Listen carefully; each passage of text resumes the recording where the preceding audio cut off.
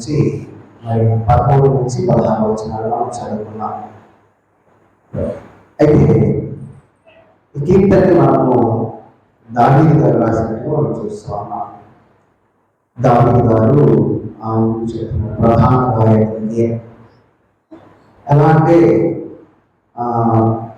దేవుని యొక్క సన్నిధిలో ఆరాధించేటువంటి వారు, దేవుని సన్నిధిలో మరి పాటలు పాడేటువంటి వారి వరకు దావీదు గారి కీర్తనని రాసి వర్ణించినట్టుగా ప్రధాన గాయకుడిగా మనం చూస్తాము. ఈ కీర్తనని మనము ధ్యానం చేసేటువంటి ముందుగా మాటని చెప్పాలని ఆశపడుతున్నాను.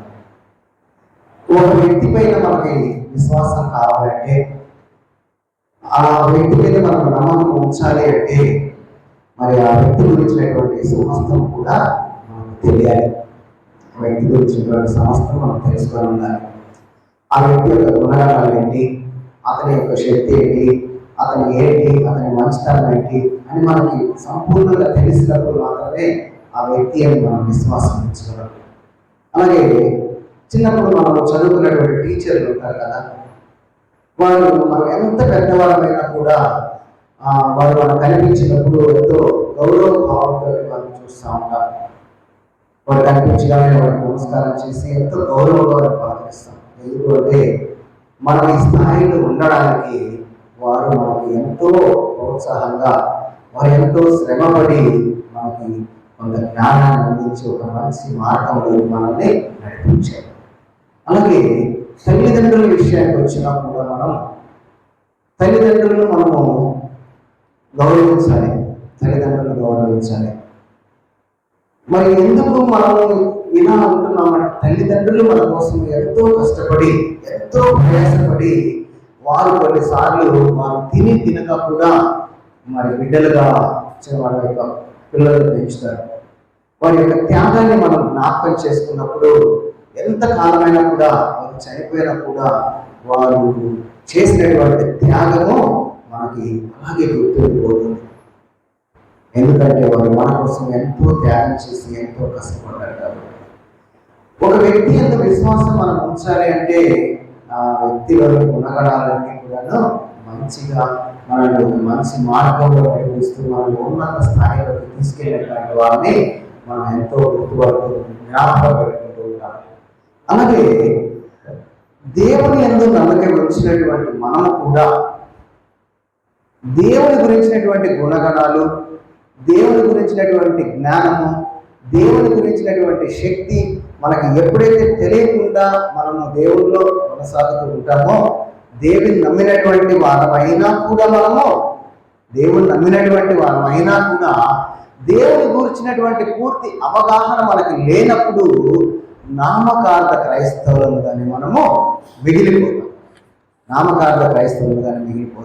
ఎందుకంటే దేవుణ్ణి నమ్మేనని మనం చెప్పుకుంటూ ఉంటాం, కానీ దేవుని యొక్క శక్తి ఏంటో, దేవుని యొక్క సర్వ పరిపూర్ణత ఏంటో మరి మనకి తెలియనప్పుడు మన ఇష్టానుసారంగానే మనం ఏదో దేవుణ్ణి నమ్మేమో అని అనుకుంటాం, కానీ దేవుని యొక్క భయభక్తులు నిలపలేము. ఆయన అంటే ఏంటో కూడా మనకు పూర్తిగా తెలియదు. అయితే ఇప్పుడు మనం చదువుకున్నటువంటి 139వ కీర్తనలో కనుక మనం గమనించినట్లయితే, దీన్ని దావీదు గారు రాశారని మనం చెప్పుకుంటూ ఉన్నాం. దావీదు ఒక చిన్న గొర్రెలు కాసుకునేటువంటి స్థాయి నుంచి ఉన్నత స్థాయిలోకి ఆయన వెళ్ళినట్లు మనకి బైబిల్ అందరికీ కూడా తెలుసు. దేవునికి ఇష్టానుసారంగా ఆయన జీవించాడు. ఆయన ఎంత ఉన్నత స్థాయికి వెళ్ళినా కూడా దేవుని గురించినటువంటి జ్ఞానాన్ని ఆయన జ్ఞాపకం చేసుకుంటూ ఉన్నాడు. దేవుని గురించినటువంటి శక్తిని జ్ఞాపకం చేసుకుంటూ ఉన్నాడు. దేవుడు మన పట్ల చేసినటువంటి కార్యాలన్నీ కూడా ఆయన జ్ఞాపకం చేసుకుంటూ ఈ కీర్తనలో రాసినట్టుగా మనం చూడగలం. ఈ కీర్తన కనుక మొదటి నుంచి కూడా మనం చూసినట్లయితే దీంట్లో 24 వచనాలు ఉంటాయి. 24 వచనాలు ఉన్నాయి కీర్తనలో.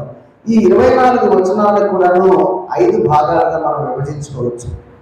మొట్టమొదటి మనం చూసినట్లయితే 1 నుంచి 6 వచనాల్లో మనం చూసినట్లయితే దేవుని యొక్క సర్వశక్తి ఏంటి, దేవుని గురించినటువంటి జ్ఞానం ఏంటి అనేది మనము ఆ 6 వచనాల్లో మనం చూడవచ్చు. అయితే 7 నుంచి 12 వచనాలు, ఈ 5 వచనాలు మనం చూసినట్లయితే మనుషులతో దేవుని యొక్క సన్నిధి ఎప్పుడు ఉంటుంది, ఎలా ఉంటుంది అనేటువంటి విషయాన్ని అక్కడ దావీదు గారు రాయడం జరిగింది. 13 నుంచి 16 వచనాలు ఇందాక మనం చదువుకున్నాం. దాంట్లో మన పుట్టుక వెనుక దేవుని యొక్క కార్యం. ఈ లోకంలోకి మనం ఊరికే రాలేదు. మన యొక్క పుట్టుక వెనక దేవుని యొక్క కార్యం ఏంటో అక్కడ దావీదు గారు రాయడం జరిగింది. 17-18 వచనాల్లో మనం చూస్తే మన జీవితంలో దేవుడు చేసేటువంటి ఆత్మీయమైనటువంటి కార్యాలు. చివరగా 19-22 వచనాల్లో ఇంత అర్థమైనటువంటి ఆ భక్తుడు రాస్తూ ఉన్నాడు. అక్కడ ఉండేటువంటి దేవునికి వ్యతిరేకంగా జీవించేటువంటి భక్తుల యొక్క చర్యలు, మరి భక్తిహీనుల యొక్క చర్యలు, తర్వాత వారితోటి ఆయనకు ఉన్నటువంటి సంబంధం, భక్తిహీనులతోటి ఎలాంటి సంబంధాన్ని తను కలిగి ఉన్నాడో, భక్తిహీనుల యొక్క చర్యలు ఎలా ఉంటాయో 19-22 వచనాల్లో మరి దావీదు రాస్తూ ఉన్నాడు. తర్వాత చివరికి వచ్చినప్పుడు ఇదంతా అర్థమైనటువంటి ఆయన ఒక హృదయపూర్వకమైనటువంటి ప్రార్థన ఆయన చేస్తూ ఉన్నాడు. 23-24 వచనాల్లో ఒక హృదయపూర్వకమైనటువంటి ప్రార్థన దేవునికి చేస్తూ ఉన్నాడు.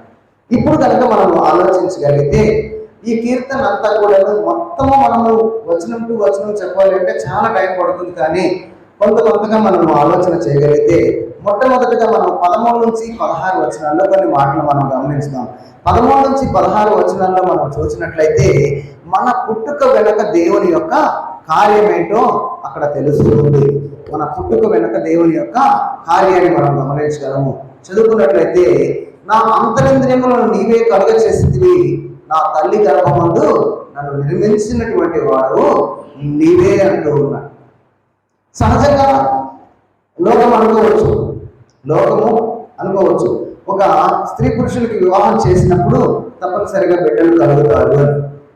కానీ దేవుని వాక్యం చెప్తా ఉంది, తల్లి గర్భమందు నన్ను నిర్మించినటువంటి వాడు నీవే అని భక్తుడు రాస్తా ఉన్నాడు.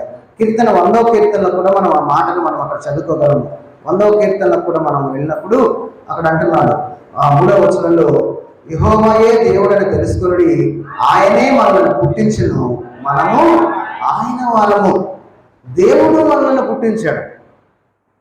అంటే మనము ఇక్కడ తల్లిదండ్రులు వివాహం చేసుకుంటే మనము పుట్టలేదా? దేవుడు మనలను పుట్టించాడని చెప్తున్నాడు. ఎఫెసీయులకు రాసినటువంటి పత్రిక 2వ అధ్యాయం 10వ వచనంలో కూడా ఒక మాటను అక్కడ మనం గమనించగలిగితే, మనము క్రీస్తు యేసునందు సృష్టింపబడిన వారమై ఆయన చేసినటువంటి పని అయి ఉన్నాము అంట. మనంతటా మనము తల్లి గర్భంలో మనమేమి తయారయ్యి మనం బయటికి రాలేదు. దాని వెనక దేవుని యొక్క కార్యము చాలా ఉంటుంది. ఈరోజు చూడండి, చాలా మంది బిడ్డలు కలగనటువంటి వాళ్ళు ఎంతో ప్రయాసపడుతూ ఎంతో డాక్టర్ల దగ్గరికి తిరుగుతూ ఉంటారు. కానీ చాలా కాలమైనా కూడా బిడ్డలు వాళ్ళకు కలగటం లేదు. అది దేవుడు అనుకున్న సమయానికి దేవుడు ఇస్తేనే మనకు బిడ్డలు కలుగుతూ ఉన్నారు. అది మన గొప్పతనమేమీ కాదు.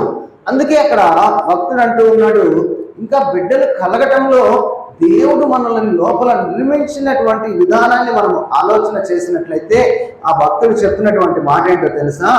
మరి నన్ను కలుగ చేసినటువంటి విధము చూడగా భయమును ఆశ్చర్యమును నాకు పుట్టుచున్నవి, అందును బట్టి నేను నీకు కృతజ్ఞతాస్తుతులు చెల్లించుచు ఉన్నాను.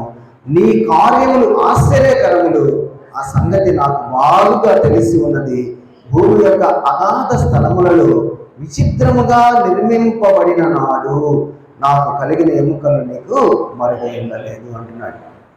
నన్ను కలుగ చేసినటువంటి విధము చూడగా నాకు భయమును ఆశ్చర్యమును పుట్టుచు ఉన్నదండి. మనం ఎప్పుడైనా అనుకుంటామండి ఆ విధంగా? ఎప్పుడు అనుకోం. మనము బిడ్డ బయటకు వచ్చిన తర్వాత అన్ని చూస్తాం, కానీ కాళ్ళు చేతులు ముక్కు చెవులు నోరు అన్నీ ఉన్నాయా లేదా చూస్తాం. కానీ దీని వెనుక దేవుడి కార్యం ఉంది. దేవుడు ఎంతో కష్టపడి లోపల ఒక అల్లికలాగా అల్లి ఒక బిడ్డని తయారు చేశాడని మనం అనుకోం. ఏదైనా ఒక బిడ్డ ఏదైనా ఒక లోపంతో పుట్టాడనుకోండి, ఎంత కష్టం తెలుసా? చాలా కష్టం.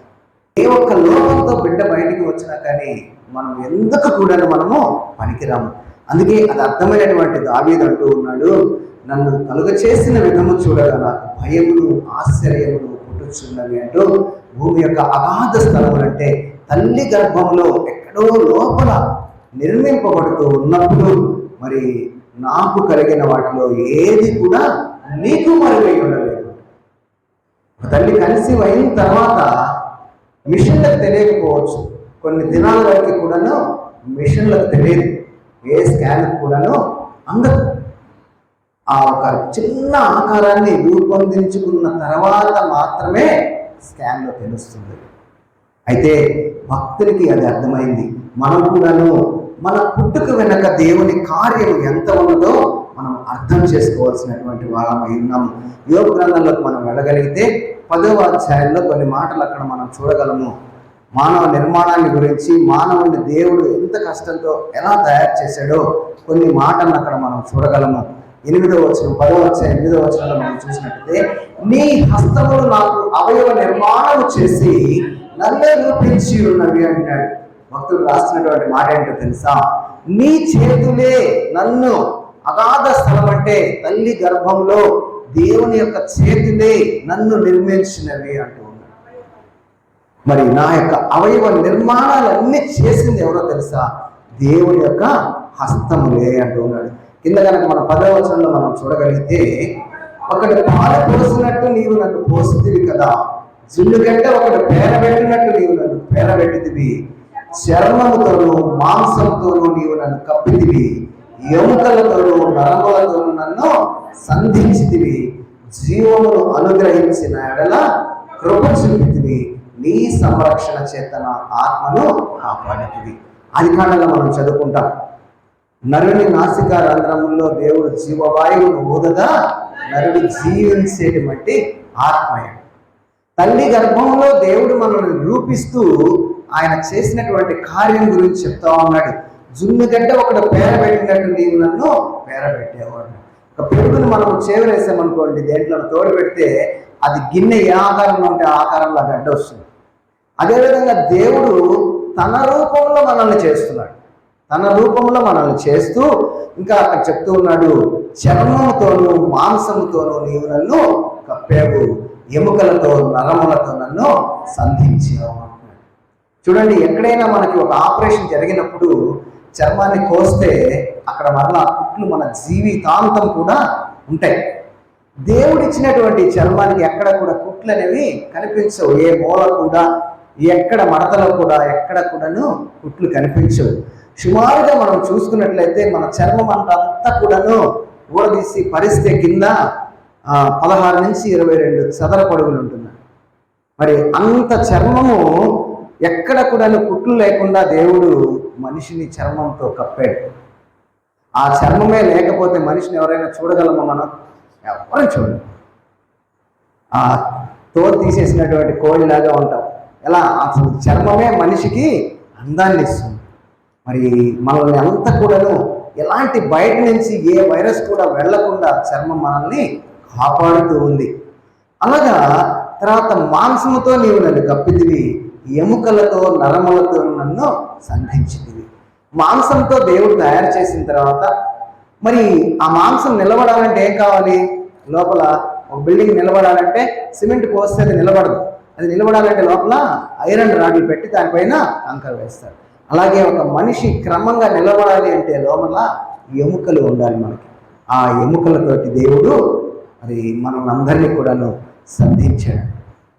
ఆ ఎముకలు లేకపోతే మనం ఏముందండి, అలాగా కూలబడిపోతాం, మొత్తం కూడాను కూలబడిపోతాం. ఎప్పుడైనా ఒక చోట విరిగిపోయినప్పుడు మన చెయ్యి వాలిపోతుంది కదా, అలాగా ఎముకలు లేకపోతే మనిషి అనేవాడు నిలబడలేడు. మనిషి పుట్టినప్పుడు 170 ఎముకలతో మనిషి పుడితే ఆ పెద్దవాళ్ళు అయ్యేటప్పటికి అవన్నీ కూడా తగ్గిపోయి 206 ఎముకలుగా మన శరీరంలో ఇప్పుడు ఉంటాయి. అది నిజంగా ఆశ్చర్యమే కదా. దేవుడు చేసినటువంటి కార్యం ఆ భక్తులు జ్ఞాపకం చేసుకొని, నీవు నన్ను కలుగ చేసినటువంటి విధము చూడగా నాకు భయమును ఆశ్చర్యమును పుడతామని చెప్తాను. ఇంకా మన నరాల యొక్క వ్యవస్థని చూస్తే దేవుడు అక్కడ రాస్తూ ఉన్నాడు కదా, నరములతో నన్ను సంధించావు అంటున్నాడు. మన నరముల యొక్క వ్యవస్థను మనం చూస్తే అంట, మన నరాలు మొత్తం కనుక బయటకు తీసి ఒక్కొక్కటి ముడేసి కొలతేస్తే అంట 90,000 మైళ్ళు వచ్చిందంట. 90,000 మైళ్ళు అంత పొడవు కలిగినటువంటి నరాలు మనలో ఉన్నాయంట. ఇంకా అది కాక మరి శరీరం మొత్తానికి కూడాను జీవవాయువుని అందించడానికి, జీవాన్ని అందించడానికి మన శరీరంలో రక్తము, 6 లీటర్ల రక్తం. ఆ రక్తం అనేది మనిషిలో నుంచి మనిషి ఇవ్వవలసిందే, కానీ మనము ఎప్పటికీ కూడాను సొంతంగా తయారు చేసి ఇవ్వలేదు. మరి ఇవన్నీ కూడా తయారవుతున్నాయంటే ఇంకా దాని వెనక ఆశ్చర్యం ఏంటో తెలుసా? ఒక్క చిన్న కణంలో నుంచే గట్టిగా ఉండే పదార్థాలు, ఎముకలు తయారవుతున్నాయి, మెత్తగా ఉండేటువంటి కణాలు తయారవుతున్నాయి, మరి చర్మం తయారవుతుంది, పళ్ళు తయారవుతున్నాయి, జుట్టు తయారవుతుంది, గోళ్ళు తయారవుతున్నాయి. అన్నీ కూడా ఒక్క అణువుల నుంచే తయారవుతా ఉన్నాయి. అది ఇంతవరకు సైంటిస్టులకు కూడా ఎవ్వరికి కూడా అందనటువంటి ఆశ్చర్యం ఏంటంటే ఒక అణువుల నుంచి ఇన్ని రకాల పదార్థాలు ఎలాగా తయారవుతున్నాయి అనేది, ఇన్ని రకాల అవయవాలు ఎలా తయారవుతున్నాయి అనేది ఎవరికి కూడా అందనటువంటి విషయం. ఆ రోజుల్లోనే దావీదు గారి కీర్తన రాస్తూ చెప్తా ఉన్నాడు, అందుకే నీవు నన్ను కలుగ చేసినటువంటి విధము చూడగా నాకు భయమును ఆశ్చర్యమును కలుగుచున్నాడు. మనం ఎప్పుడన్నా మన శరీరాన్ని చూసి మనం ఎప్పుడు భయపడము, ఆశ్చర్యపడం. ఎందుకంటే మనకు అది తెలియదు కదా, మనం దాని గురించి మనం ఎప్పుడు కూడాను ఆలోచించము. మనము ఎలా ఉన్నాము, చక్కగా ఉన్నామా లేదా, పుట్టినటువంటి బిడ్డ అన్ని అవయవాలు కలిగి చక్కగా ఉన్నాడా లేదా అని మనం చూస్తాం, కానీ ఇంకా అంతకంటే లోతు మనము ఆలోచించేటువంటి అవకాశం మనకు లేదు. మరి అస్సలు మరి సైంటిఫిక్ జ్ఞానం లేనటువంటి రోజుల్లోనే ఆ రోజు దావీదు గారు ఆ కీర్తన రాస్తూ ఆయన చెప్పినటువంటి మాట ఎంత అద్భుతంగా రాశాడో చూడండి. ఇంకా కనుక మనం ఆలోచించగలిగితే మానవ నిర్మాణంలో దేవుడు ఇచ్చినటువంటి ఒక గొప్ప అద్భుతమైనటువంటి ఏంటో తెలుసా? మనం అందరం రోజు చూస్తూ ఉంటాం, కానీ దాన్ని మనం జ్ఞాపకం చేసుకోం. రేషన్ బండి వచ్చిందనుకోండి, రేషన్ బండి దగ్గరికి వెళ్ళి మనం రేషన్ తీసుకొచ్చుకోవడానికి వెళ్తాం. వెళ్ళినప్పుడు వాడు ఏం చేస్తాడు? మన వేలిముద్ర వేయమంటాడు. ఆ వేలిముద్ర వేస్తే మన వేలిముద్ర మనకైతేనే మన బియ్యం మనకు వస్తాయి. మన వేలిముద్ర ఇంకొకరికి ఉంటే మనం వెళ్ళేవరకు మన బియ్యం ఇంకొకరు తీసుకొని వెళ్ళిపోతారు, మన రేషన్ ఇంకొకళ్ళు తీసుకొని వెళ్ళిపోతారు. దేవుడు అందుకే తన గ్రంథంలో రాయిస్తూ ఆ మాట గురించి ఒక మాట, యోబు గ్రంథం 37వ అధ్యాయం 7వ వచనంలో ఒక మాటను అక్కడ మనం చదువుకోగలిగితే, మనుషులందరూ ఆయన సృష్టి కార్యములు తెలుసుకున్నట్లు ప్రతి మనుషుని చేతిని బిగించి ఆయన ముద్ర వేసి ఉన్నాడు. ఒక్కసారి మన అరచేతిని చూసుకున్నప్పుడు దేవుని యొక్క సృష్టి కార్యం తెలుస్తున్న దేవుని యొక్క వాక్యంలో యోబు గ్రంథంలో 37వ అధ్యాయం 7వ వచనంలో రాయిస్తున్నాడు. దేవుని యొక్క సృష్టి కార్యము మనుషులందరూ తెలుసుకునేలాగున ప్రతి మనుషుని చేతిని బిగించి ఆయన ముద్ర వేశాడు. ఆ ముద్ర ఏలుముద్ర. ఈరోజు మనకి ఈ ఏలుముద్ర, ఇలాంటి వేలుముద్ర ఇంకెవరికైనా ఉన్నట్లయితే మన ఆస్తి మన దగ్గర ఉండదు, మనకు రావాల్సిన ఏవి కూడా మనకు రావు. దేవుని యొక్క సృష్టి కార్యము వెనక ఎంత గొప్ప కార్యం ఉన్నదో చూడండి. మరి అది ఆ రోజు దావీదుకు అర్థమైంది. దావీదు చెప్తా ఉన్నాడు, నన్ను కలుగ చేసినటువంటి విధము చూడగా నాకు భయమును ఆశ్చర్యమును కలుగుచూ ఉన్నవి అంటున్నాడు. అంతేకాకుండా దేవుని గురించి ఇంకొక మాట కింద వచనాల్లో ఇంకొక మాట రాస్తూ ఉన్నాడు.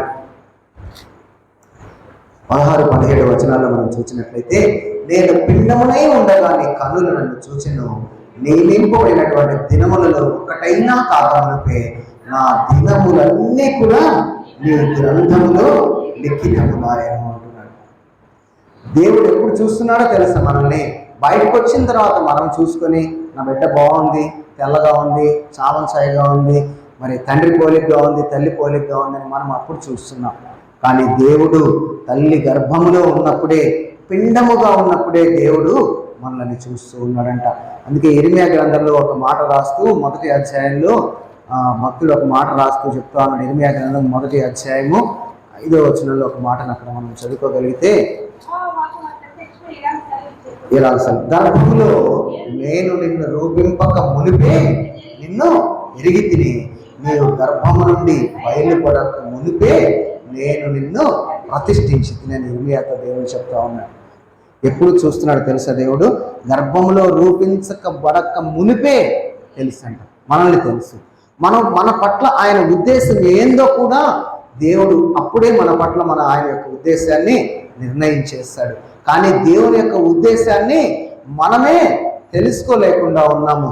అందుకే ఇక్కడ ఇంకా కేవలం మనల్ని పిండముగా చూడటమే కాదు, మన పట్ల ఉన్నటువంటి ఉద్దేశాలే కాదు, కానీ మనము ఎంతకాలం బ్రతకాలో కూడా దేవుడు ముందుగానే నిర్ణయిస్తాడని అక్కడ రాస్తున్నాడు.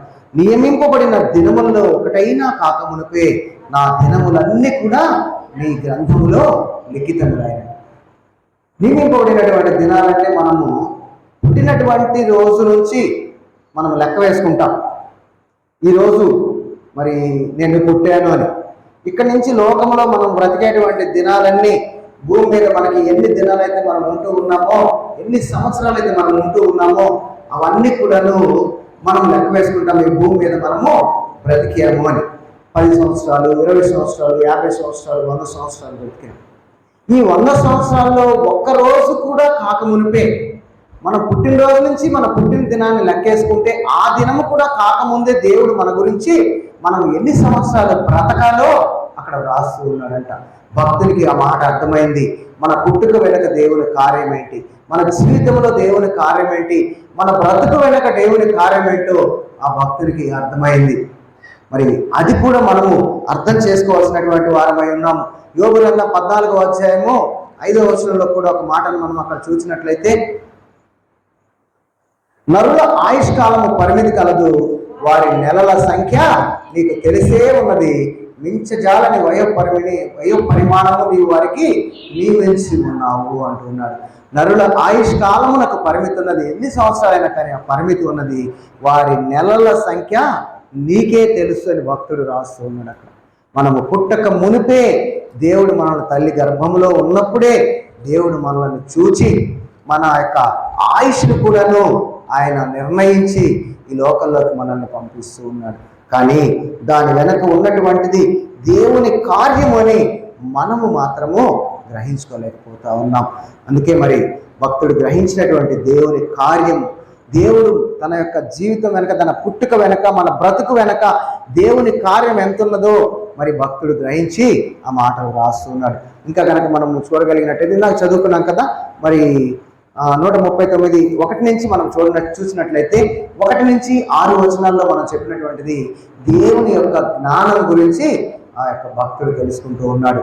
దేవుని యొక్క జ్ఞానం గురించి, యెహోవా నీవు నన్ను పరిశోధించి తెలుసుకొని ఉన్నావు, నేను కూర్చుండుట నేను లేచుట నీకు తెలియను, నాకు తలంపు పుట్టక మునిపే నీవు నా మనస్సు గ్రహించుచున్నావు, నా నడకను నా పడకను నీవు పరిశీలన చేసి ఉన్నావు, నా చర్యలన్నిటినీ నీవు బాగా తెలుసుకొని ఉన్నావు, మరి నా మాట నాలుక రాకమునిపే అది నీకు పూర్తిగా తెలిసి ఉన్నది అంటూ, వెనకను ముందును నీవు నన్ను ఆవరించి ఉన్నావు, నీ చెయ్యి నా మీద ఉంచి ఉన్నావు, ఇట్టి తెలివి నాకు మించినది అది అగోచరము నాకు అందదు అంటున్నాడు.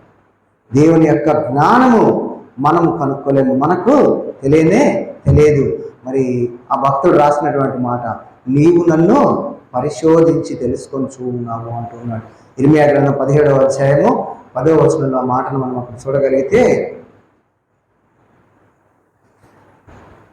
ఒకరి ప్రవర్తనను బట్టి వారి క్రియల ఫలము చొప్పున ప్రతీకారము చేయుటకు యెహోవాను నేను హృదయమును పరిశోధించువాడను, అంతరింద్రియములను పరీక్షించువాడను అంటూ ఉన్నాడు.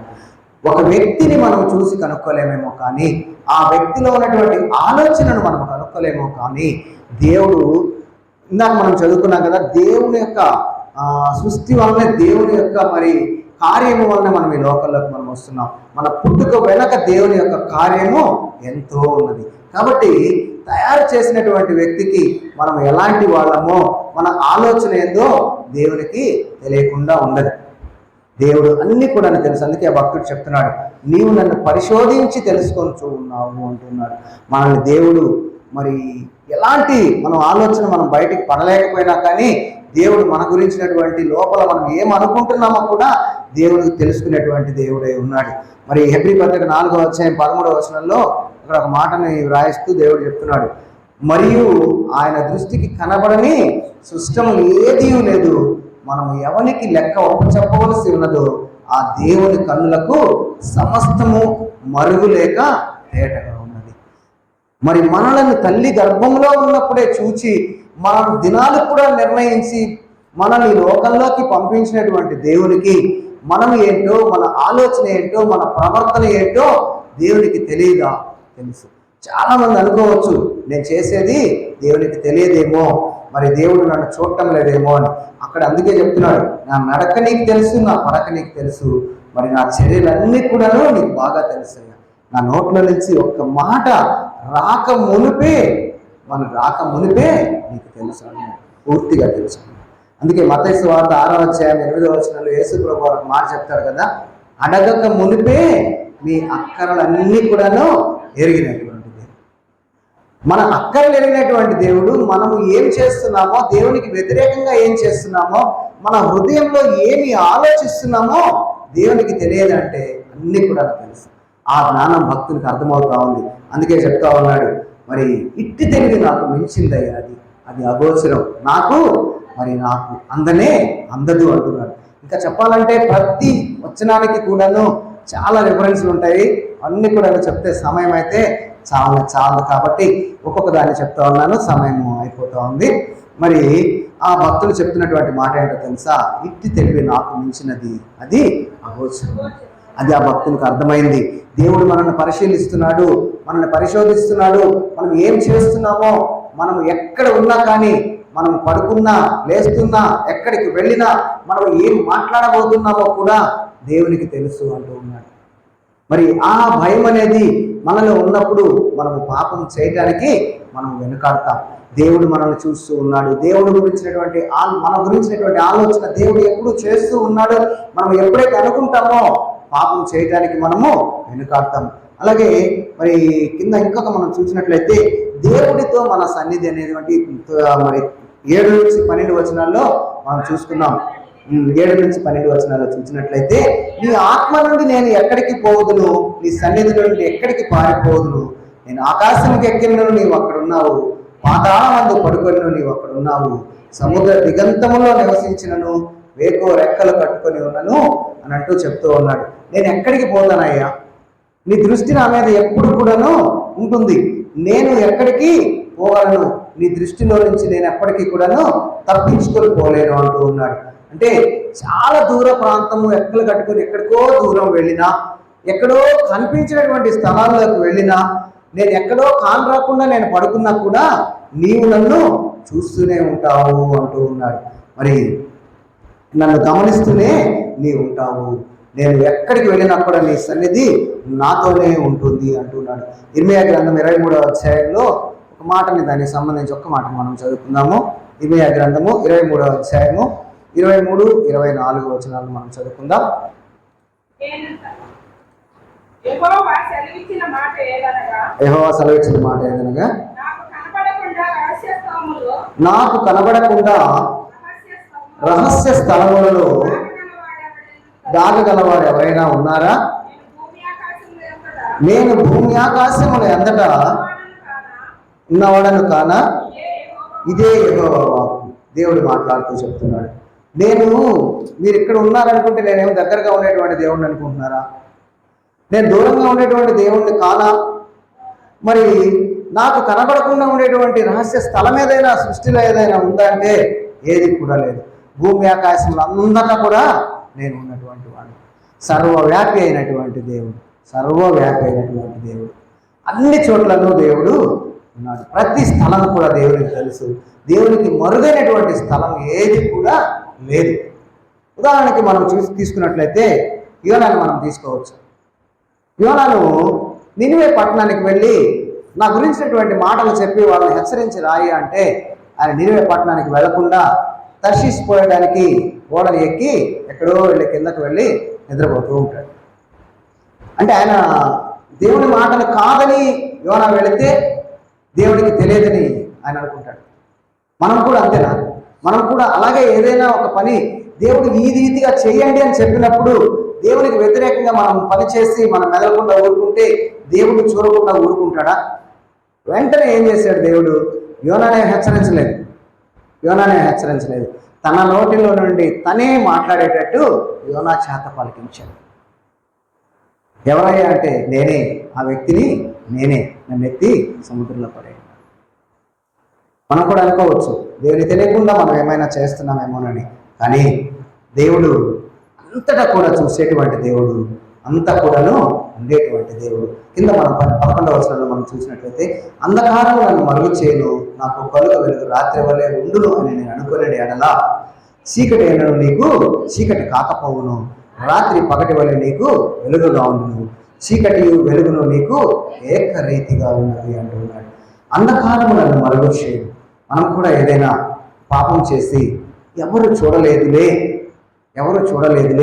ఇది ఇక్కడ చీకటిలో కలిసిపోయింది అని మనం అనుకున్నట్లయితే దేవుడు అంటున్నాడు, మరి దేవునికి చీకటి వెలుగు అనేటువంటి తేడా ఏమీ లేదు. చీకటిని ఉదయంగా మార్చగలిగినటువంటి నీతి సూర్యుడు దేవుడు. ఆయనే దేవుడే వెలుగైనటువంటి దేవుడు. మనమేదో ఒక పాపం చేసి ఇక్కడ మనమేదో చీకటి అనుకుంటే దేవుని యొక్క వెలుగు మన మీద ప్రసారించినప్పుడు మన పాపములన్నీ కూడాను బయటపడతాయి. దేవుడు సమస్తమును కూడాను చూస్తూ ఉన్నటువంటి దేవుడే, సమస్తమును కూడాను చూస్తూ ఉన్నటువంటి దేవుడు. మరి యోహాను సువార్తలు మనం చూడగలం కదా. యోహాను సువార్తలు మనము మొదటి అధ్యాయంలోనే మరి దేవుడు క్రీస్తే వెలుగుగా ఈ లోకానికి వచ్చాడు. యోహాను సువార్త మొదటి అధ్యాయము మొదటి యోహాను పత్రికలో కూడా మనం చూడగలము. దేవుడు వెలుగై ఉన్నాడు. దేవుని వెలుగుకు మనము మించి ఏ పాపము చేసినా కూడాను ఆయన వెలుగులో ఏది కూడా నిలబడదు. మనుషులు మనల్ని చూడలేకపోవచ్చు, మనం చేసినటువంటి పాపము నన్ను ఎవరు చూడలేదని అనుకోవచ్చేమో, కానీ దేవుడు అన్ని కూడాను ఎక్కడ ఏ పాపం చేసినా దేవుడు మనలను గమనిస్తూనే ఉంటాడు. ఉదాహరణగా మనం తీసుకున్నట్టయితే దావీదును మనం జ్ఞాపకం చేసుకోవచ్చు. దావీదు బెత్షెబాతో పాపం చేశాడు. ఈ పాపం ఎవరికి తెలియలేదులే, పాపం అంతా కూడాను ఏదో చేశాను పంపించేశాను అనుకోవచ్చు, కానీ దేవుడు చూస్తూనే ఉన్నాడు. ఒకరోజు అది మరి నాతాను ప్రవక్తను పంపించి దావీదుతో మాట్లాడినట్టు చెప్తాడు. ఎవరయ్యా చేసిందంటే ఆ మనుషుడు నీవే. చీకట్లో ఏదో జరిగిపోయింది, అయిపోయింది, ఇంకేమి లేదనని అనుకోవచ్చు. దేవుడు అన్ని కూడా చూస్తూనే ఉన్నాడు. దేవుడిని నమ్ముకునేటువంటి వారముగా మనము ఎలా ఏదైనా పాపం చేసినప్పుడు దేవుడు మనల్ని హెచ్చరిస్తాడు. హెచ్చరించినప్పుడు మనం సర్దుకొని మనల్ని మనం సరిచేసుకోలేకపోతే ఇంకా మన పరిస్థితి ఇంకా భయంకరంగా తయారవుతుంది. దావీదు ఒప్పుకున్నాడు, తన శిక్షను అనుభవించాడు. ఇంకెప్పుడు కూడా జీవితంలో దావీదు పాపం చేయలేదు. దావీదు గురించి దేవుడు సాక్ష్యం ఇస్తున్నాడు. నా ఉద్దేశాలన్నీ కూడా తెలిసినటువంటి వాడు, నా హృదయానుసారుడు, నా యొక్క ఇష్టమైనటువంటి వాడు.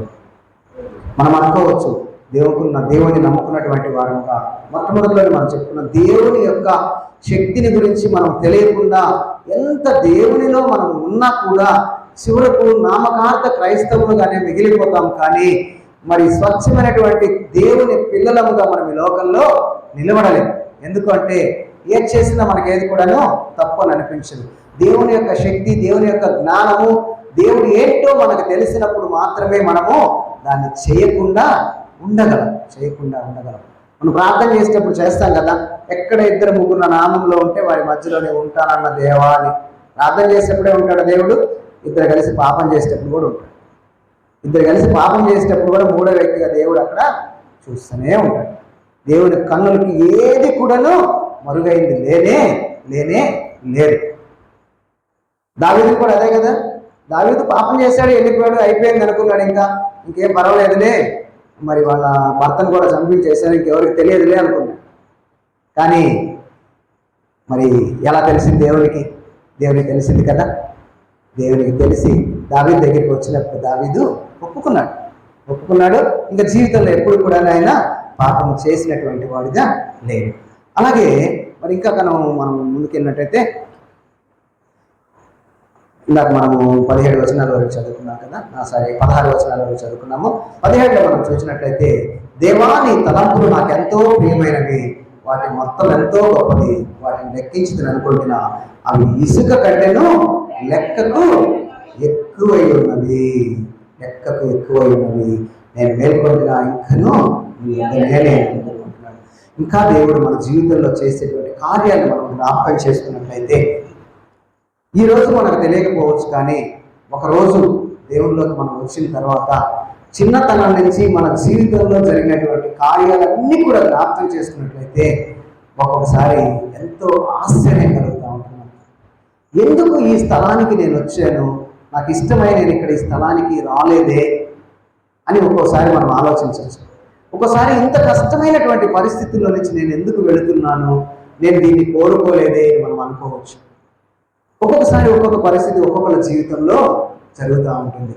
అప్పుడు కొంతకాలం అయిన తర్వాత దేవుని కార్యాన్ని మనం అర్థం చేసుకున్న తర్వాత మనకు అర్థం కావచ్చు, ఇంత దూరం నన్ను నా బంధువులందరి దగ్గర నుంచి నన్ను ఇక్కడికి నడిపించాడు దేవుడు అంటే, నేను అక్కడనే ఉంటే నేను దేవుణ్ణి ఎరగకుండా నేను పాపంలోనే విగ్రహారాధనలోనే చనిపోయేవాడినేమో అని అనుకోవచ్చు.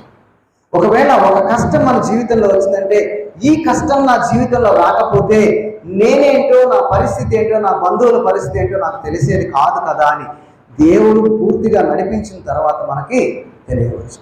అందుకే అక్కడ దావీదు కూడా ఎక్కడో గొర్రెలు కాసుకునేటువంటి స్థితిలో నుంచి ఒక ఉన్నతమైనటువంటి స్థానంలోకి వెళ్ళి దేవునికి ఇష్టానుసారుడుగా జీవించిన తర్వాత ఆయన యొక్క ఆ జీవితాన్ని జ్ఞాపకం చేసుకుంటూ అంటున్నాడు, దేవా నీ తలంపులు నాకు ఎంతో ప్రియమైనవి, వాటి మొత్తం ఎంతో గొప్పది, వాటిని లెక్కించదని అనుకుంటున్నా, అవి ఇసుక కంటే కూడాను విస్తారమైనవి అంటూ ఉన్నాడు. అయితే మన పట్ల కూడా దేవుడు ఎన్నో గొప్ప కార్యాలు చేస్తున్నాడు. మరి దావీదు పట్లే కాదు, కానీ మనం కూడా మన జీవితాన్ని గురించి ఆలోచించినప్పుడు దేవుడు ఎన్నో గొప్ప కార్యాలు. అసలు దేవుని యొక్క ఉద్దేశము, ఆలోచన మనకు అర్థం కావట్లేదు. కానీ తల్లిదండ్రులు మనల్ని అనుకుంటారు, నా బిడ్డలు నాకంటే ఉన్నత స్థానంలో ఉండాలి, నాకంటే మంచి పేరు తీసుకొచ్చుకోవాలి అని తల్లిదండ్రులు మనల్ని పెంచడానికి, మనల్ని పెద్ద చేయడానికి ఎంతో ప్రయాసపడి, ఎంతో కష్టపడి మన కోసము ఎన్నో కలలు కంటూ ఉంటారు. వారు అనుకున్నటువంటి స్థాయికి వచ్చినప్పుడు వాళ్ళు ఎంతో కూడాను సంతోషపడుతూ ఉంటారు. అయితే దేవుడికి కూడా మన పట్ల ఎన్నో ఆలోచనలు ఉన్నాయి. వాటన్నిటిని కూడా దేవుడు ఫుల్ఫిల్ చేయడానికి, దేవుడు మనకి ఎన్నో గొప్ప కార్యాలు మన పట్ల చేయడానికి దేవుడు ఎంతో గొప్ప పనులు చేస్తూ ఉంటాడు. ఒక విషయంలో మనం చూసినట్లయితే, దేవుని యొక్క ఆలోచన మనం గమనించినట్లయితే, ఎఫ్ఎస్సీలకు రాసిన పత్రిక ఇందాక మనం చదువుకున్నాం కదా, 2వ అధ్యాయంలో 2వ అధ్యాయంలో మనం చూసినట్లయితే, మరి వాటి యందు మనము నడుచుకున్న వాళ్ళని దేవుడు ముందుగా సిద్ధపరిచిన సక్రియలు చేయుటకై మనము క్రీస్తు యేసునందు సృష్టింపబడిన వారమై ఆయన చేసిన పని అయి ఉన్నాము అంటున్నాడు. దేనికి దేవుడు మనల్ని లోకంలో చేస్తూ ఉన్నాడంటే, ఆయన అనుకున్నటువంటి కార్యాలు, సక్రియలు చేయటానికి దేవుడి లోకంలోకి మనల్ని పంపిస్తూ ఉన్నాడు. ఇంత కష్టపడి దేవుడి లోకంలోకి మనం పంపిస్తున్నాడంటే సక్రియలు చేయాలనేటువంటి ఆలోచన. సత్యం అంటే ఏంటి? యోహాను సువార్తను మనం చూడగలం. వాక్యము, వాక్యం అంటే యేసు క్రీస్తు వారు, వాక్యం అంటే యేసు క్రీస్తు వారు. మరి యోహాను సువార్తలు కనుక మనం చూసినట్లయితే, మరి 6వ అధ్యాయము 29వ వచనం చూద్దాం. యేసు ఆయన పంపిన వాని యందు మీరు విశ్వాసం ఉంచుటే దేవుని క్రియ. అంటే ఒక సత్క్రియ ఏంటి అంటే, మరి యేసు క్రీస్తునందు మనము విశ్వాసం ఉంచడం అనేది సత్క్రియగా దేవుడు చెప్తా ఉన్నాడు. మరి యేసు క్రీస్తునందు విశ్వాసం ఉంచి యేసు క్రీస్తు లాగానే ఈ లోకంలో మనము జీవించాలి అని దేవుని యొక్క ఆలోచన. కానీ అయితే మానవునికి దేవుని గురించినటువంటి ఆలోచన అర్థం కాక తన ఇష్టానుసారంగా ఈ లోకంలో జీవిస్తున్నటువంటి సమయంలో మన తల్లిదండ్రులు మన కోసం ఎలాగైతే త్యాగం చేస్తారో, మన పరలోకపు తండ్రి అయినటువంటి దేవుడు కూడా మన కోసం త్యాగం చేసి మనల్ని పరిశుద్ధులుగా, నీతిమంతులుగా తీర్చిదిద్ది యేసు క్రీస్తు యొక్క స్వారూప్యంలోకి మనల్ని మార్చడానికి తన కుమారుడైనటువంటి యేసు క్రీస్తు వారినే ఈ లోకానికి పంపించి ఆయనను శిలువపై బలిగా అర్పించి ఎవరైతే ఆయన యందు విశ్వాసం ఉంచుతున్నారో వారందరూ కూడాను దేవుని పిల్లలుగా ఉండడానికి అధికారం ఇస్తున్నాడు. ఆయన స్వరూపంలో కలుగ చేసినటువంటి మనలను మనం ఆయన స్వరూపాన్ని కోల్పోయి లోకంలో మన ఇష్టానుసారంగా జీవిస్తూ ఉన్నప్పుడు దేవుడు ఏ ఆలోచన అయితే మనం అట్లా అనుకున్నాడో అలాంటి ఆలోచనను ఆయన సఫలం చేయడానికి మన తల్లిదండ్రులు లోకంలో ఎంతైతే త్యాగం చేస్తారో, మన తల్లిదండ్రులు ప్రాణాన్ని అయితే మన కోసం ఇవ్వలేరు, కానీ దేవుడైతే తన కుమారుణ్ణే ఈ లోకానికి పంపించి మన కోసం ఆయన బలిగా ఇచ్చినట్లుగా మనం అక్కడ చూస్తూ ఉన్నాం. దేవుడు చేసినటువంటి గొప్ప కార్యం. మరి దానిని మనము అర్థం చేసుకునేటువంటి వారంగా మనం ఉండాలి. ఎప్పుడైతే దాన్ని మనకి అర్థమవుతుందో దేవుడు అంటే విముఖత మనకు కలిగి ఉండదు. మనం ఎక్కడ ఉన్నా, ఏ స్థితిలో ఉన్నా, ఎలాంటి పరిస్థితిలో ఉన్నా కూడా దేవుడు అంటే భయము కలిగి మనం జీవిస్తాం. అలాగే కింద వచనాల్లో మనం చూస్తే ఇవన్నీ కూడాను అర్థమైనటువంటి దావీదు చెప్పేటువంటి మాట ఏంటంటే, భక్తిహీనుల జోలికి నేను వెళ్ళను, వారికి విముఖంగా నేను ఉంటాను, వారికి దూరంగా నేను ఉంటాను అంటున్నాడు. పాపం అంటే నేను అసహించుకుంటానని చెప్తున్నాడు. నా మీద లేచి వారిని నేను అసహించుకుంటున్నాను కదా, వారి యందు నాకు పూర్ణ ద్వేషము కలదు. పాపం అంటే ఏంటి? దేవునికి వ్యతిరేకమైనది, దేవునికి ఇష్టంగా లేకుండా దేవునికి వ్యతిరేకంగా జీవించడాన్ని పాపం అంట. భక్తిహీనులు ఎలా ఉంటారు? పాపంలో వాళ్ళు ఉంటారు. దేవుని ఎరిగినటువంటి మనముగా, దేవుని అర్థం చేసుకున్నటువంటి మనము, మన వెనక దేవుని యొక్క జ్ఞానాన్ని తెలిసినటువంటి మనము పాపాన్ని వ్యతిరేకించుకునేటువంటి వారంగా ఈ లోకంలో మనము ఉండవలసినటువంటి వారమై ఉన్నాము. మరి రిఫరెన్స్ నేను చెప్తాను కానీ చదవలేని దాన్ని. పేతురు రాసిన మొదటి పత్రిక 4వ అధ్యాయం 2వ వచనంలో, కొరింథీయులకు రాసినటువంటి 2వ పత్రిక 6వ అధ్యాయం 14వ వచనంలో కూడాను దాని గురించినటువంటి మాటలు ఉంటాయి. దేవుళ్ళలోకి వచ్చినటువంటి మనకు పాపము జోలికి పని అనేది లేనదని అక్కడ భక్తుడు రాస్తూ చెప్తున్నాడు. ఇంత అర్థమైనటువంటి ఆ భక్తుడు చివరికి దావీదు గారు రాసినటువంటి మాటలు చివరిలో చెప్తా ఉన్నాడు. దేవా, నన్ను పరిశోధించిన హృదయాన్ని తెలుసుకోయ్యా, నన్ను పరీక్షించి మరి నా ఆలోచనలు తెలుసుకో, నీకు ఆయాసకరమైన మార్గం నా ఎందేమో చూడు, నిత్య మార్గంలో నన్ను నడిపించుకుంటున్నాడు. భక్తుడు ప్రార్థన చేస్తా ఉన్నాడు. అంతా కూడా అర్థమైపోయింది. అర్థమైపోయినటువంటి ఆ భక్తుడు ప్రార్థన చేసినటువంటి మాట, మరి ఇంకా ఏమైనా నాలో ఇంకా ఏమైనా లోపాలు ఉన్నాయేమో నన్ను సరిచేయ్యా, నన్ను సరిచేయ. మనం కూడా దేవుని నమ్ముకున్నటువంటి పిల్లలముగా మనం కూడా అదే ప్రార్థన మనం చేయవలసినటువంటి వారమై ఉన్నాము. సామెతల గ్రంథం 3వ అధ్యాయంలో చివరి ఒక మాట చదువుకొని మనము ముగించుకుందాము. సామెతల గ్రంథము 3వ అధ్యాయము 5వ వచనము నుంచి 8వ వచనం వరకు మనం చదువుకున్నట్లయితే, నీ స్వబుద్ధిని ఆధారము చేసుకొనక నీ పూర్ణ హృదయంతో యెహోవా యందు నమ్మకం ఉంచుము, నీ ప్రవర్తన అంతటి యందు ఆయన అధికారులకు ఒప్పుకొనుము, అప్పుడు ఆయన నీ త్రోవలను సరళము చేయను. నేను జ్ఞానిని కదా అని నీవు అనుకొనవద్దు, యెహోవా యందు భయభక్తులు కలిగి చెడుతనము విడిచిపెట్టును, అప్పుడు నీ దేహములకు ఆరోగ్యమును, నీ ఎముకలకు సత్తువను కలుగును అంటూ ఉన్నాడు. మరి మనం కూడా దేవుని నమ్ముకున్నటువంటి బిడ్డలముగా ఏదో నామకార్థంగా నమ్ముకుని దేవుల్లో కొనసాగటం కాదు, కానీ దేవుని యందు భయము భక్తి మనకి రావాలంటే దేవుని యొక్క శక్తి ఏంటో, మన సృష్టి వెనక, మన పుట్టుక వెనక దేవుని కార్యం ఏంటో భక్తుడు ఎలాగైతే అర్థం చేసుకున్నాడో మనం కూడా అర్థం చేసుకొని ప్రతి విషయంలో కూడా ఆ జ్ఞానాన్ని మనం అప్లై చేసుకున్నప్పుడు ఎక్కడ కూడా పాపము చేయటానికి మనము వెనకాడతాం. ఏ స్థితిలో ఉన్నా కూడా పాపము జోలికి మనము వెళ్ళం. ఈ లోకంలో మనము పాపం లేకుండా క్రీస్తు వలె లోకంలో మనం జీవించినట్లయితే, క్రీస్తు తన ఆత్మను అప్పగించుకున్నప్పుడు తండ్రి ఎలాగైతే తీసుకున్నాడో, ఒకరోజు ఈ లోకాన్ని మనం విడిచిపెట్టిన తర్వాత కూడా మన ఆత్మ పరలోకంలో యుగయుగాలు తండ్రి చెంత ఉండేటువంటి భాగ్యం మనకు జరుగుతూ ఉంది. రాత్రికాల సమయంలో దేవుడు వాక్యంతో మనతో మాట్లాడాడు. ఆ వాక్యం మన హృదయాల్లో ఫలింపు చేయను కాక మన మాటలు అనిపిస్తూ అందరికీ వ్యవసాయం తెలియజేస్తాం.